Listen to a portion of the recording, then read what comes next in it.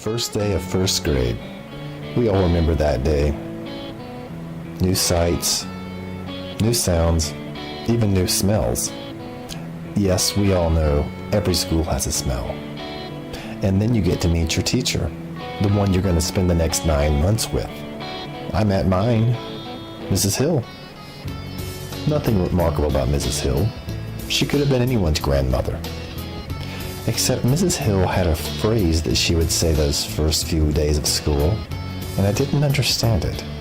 She would say if we broke this rule or broke that rule, that she would put the fear of God in us.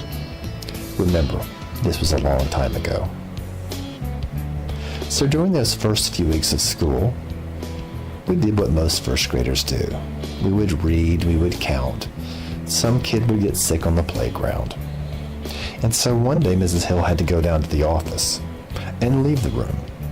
And she gave us strict instructions.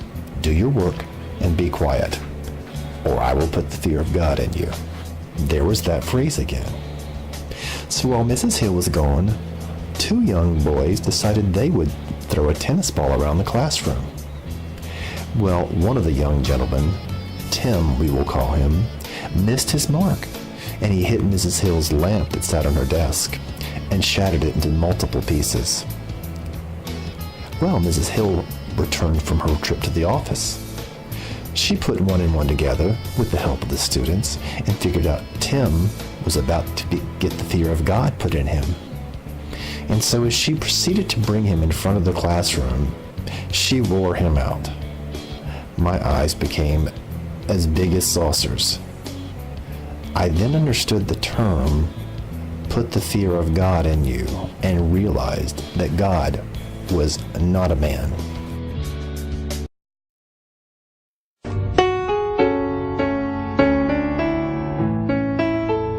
What if God was one of us? Just a slug like one of us. Blue, blue, blue.